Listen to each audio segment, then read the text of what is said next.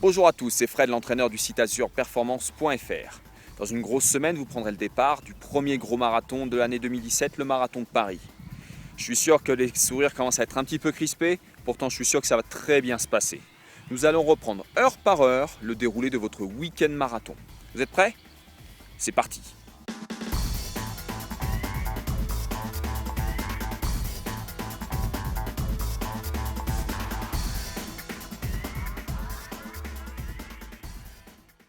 La veille de la course, il va falloir récupérer son dossard. Ce sera aussi le bon moment pour repérer l'accès aux zones de départ et dans quel sas vous vous situez. C'est aussi le bon moment pour repérer le trajet entre le domicile ou l'hôtel jusqu'au lieu de départ. Repérez aussi les lieux de stationnement et surtout la durée de votre trajet. Si vous êtes dans les transports en cette veille de course, l'utilisation de chaussettes de récupération peut être une bonne idée pour éviter le phénomène de jambes lourdes. De manière générale, évitez de stationner trop longtemps debout ou de piétiner. Ne cherchez pas à vous coucher plus tôt. La dernière nuit influence relativement peu la performance parce qu'on est un petit peu sur les nerfs. Si vous n'arrivez pas à trouver le sommeil, plutôt que de chercher à vous endormir absolument, écoutez de la musique, ouvrez un livre, concentrez-vous sur autre chose. Le sommeil viendra naturellement. De toute façon, il est normal de tarder à trouver le sommeil, c'est le signe qu'on est déjà bien focalisé sur la course du lendemain.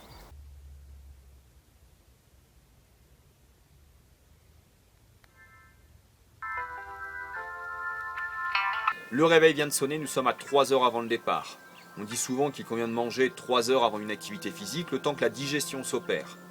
Aujourd'hui, certaines préparations comme des crèmes petit déjeuner ou des gâteaux sport facilitent la digestion et l'assimilation des nutriments, ce qui permet de traîner un petit peu plus longtemps au lit.